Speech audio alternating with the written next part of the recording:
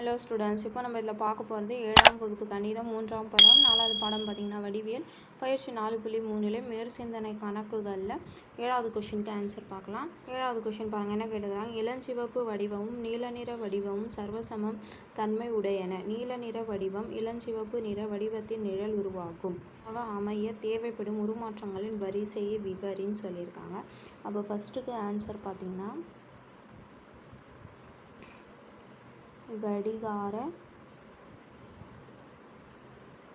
கடிகார சுற்றின் எதிர் திசையில் 90 டிகிரி அளவு சுழற்சிக்கு பின்பு பாருங்கள், இது எப்படி கொடுத்துக்கிறாங்க. இந்த படம் இங்கே இருக்குதுங்களா, இதுக்கு எதிர் திசை கடிகார எதிர் திசையில் சொல்லியிருக்காங்க. அப்போ இதுலேருந்து நகரணும், இடப்பெயர்வு பாருங்கள் இதுலேருந்து இடப்பெயர்வு செஞ்சுருக்காங்கன்னா இதுலேருந்து நம்ம எண்ணணும். இது 1 2 3 4 5 வருதுங்களா. இந்த சைடு பாருங்கள் 1 2 3, அப்போ 3 இந்த சைடும் 5 மேல் பக்கமாக போகுதுங்களா.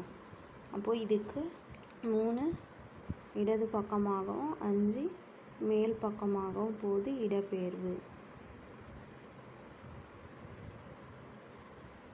அதே மாதிரி ரெண்டாவது கொஷின், ரெண்டாவதுல பார்த்திங்கன்னா இதுலேருந்து இது எப்படி கொடுத்துக்கிறாங்க. இது சுழற்சி முறையில் கொடுத்துக்கிறாங்க. கடிகார எதிர் திசையில் தான் இருக்குது இதுவும்.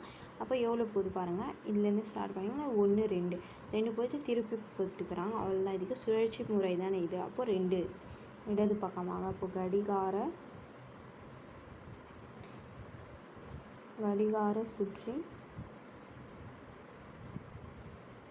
எதிர்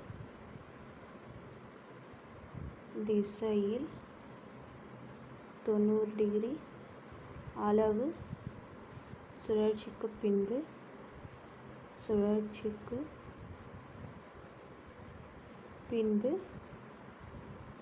2 இடது பக்கமாக நகர்ந்து இடப்பெயர்வு. புரிஞ்சதுங்களா. அவ்வளோதான். 7ஆவதுல 2 கொஸ்டினுமே ஆன்சர் கண்டுபிடிச்சிட்டோம்.